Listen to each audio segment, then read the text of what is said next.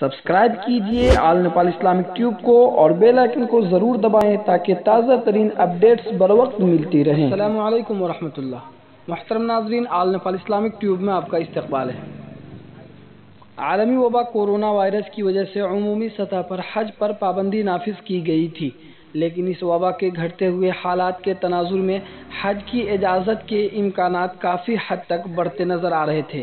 امسال حج کے کس قدر امکانات ہے، اس تعلق سے ایک بڑی خبر کھل کر سامنے آ رہی ہے، اس لیے آپ سے درخواست ہے کہ ویڈیو کو آخر تک ضرور دیکھیں۔ کورونا سے اس سال بھی حج متاثر ہونے کا خدشہ۔ کورونا وبا کی وجہ سے اس سال بھی حج متاثر ہونے کا خدشہ ہے۔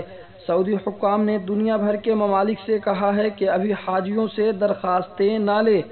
سعودی عرب میں گزشتہ 24 گھنٹوں میں کورونا وائرس کے 369 نئے کیسز رجسٹرڈ ہوئے، جبکہ 5 مریضوں کا انتقال ہو گیا۔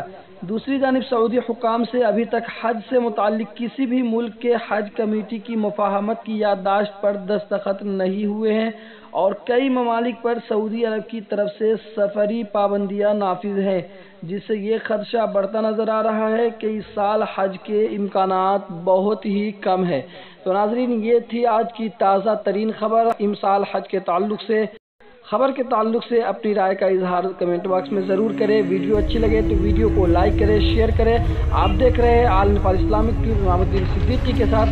فقط والسلام، السلام علیکم ورحمۃ اللہ۔